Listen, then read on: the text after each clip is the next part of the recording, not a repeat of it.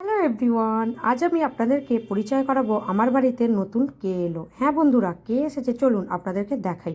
কয়েকদিন আগে আমার হাজব্যান্ড গিয়েছিল গয়াতে ওর বাবার শ্রাদ্ধের কাজ করতে, তো সেখান থেকেই আমার জন্য নিয়ে এসেছে এই লক্ষ্মীনারায়ণের মূর্তিটা। বাড়ি আসতে আমি যখন জিজ্ঞাসা করলাম যে তুমি আমার জন্য কি নিয়ে এসেছো, তখন কিন্তু ও আমার হাতে এটা তুলে দিয়েছিল। আমি কিন্তু জানি না যে এই মূর্তির কিভাবে আরাধনা করতে হয়, তো আমি কিন্তু এখন ফুল জল বেলপাতা সব কিছু দিয়ে পূজা করি। এছাড়াও কিন্তু আমার বাড়িতে অনেক ঠাকুর আছে, সবাইকে কিন্তু আমি ফুল জল বাতাসা ফল সব কিছু দিয়ে সিজন ওয়াইজ পুজো করি।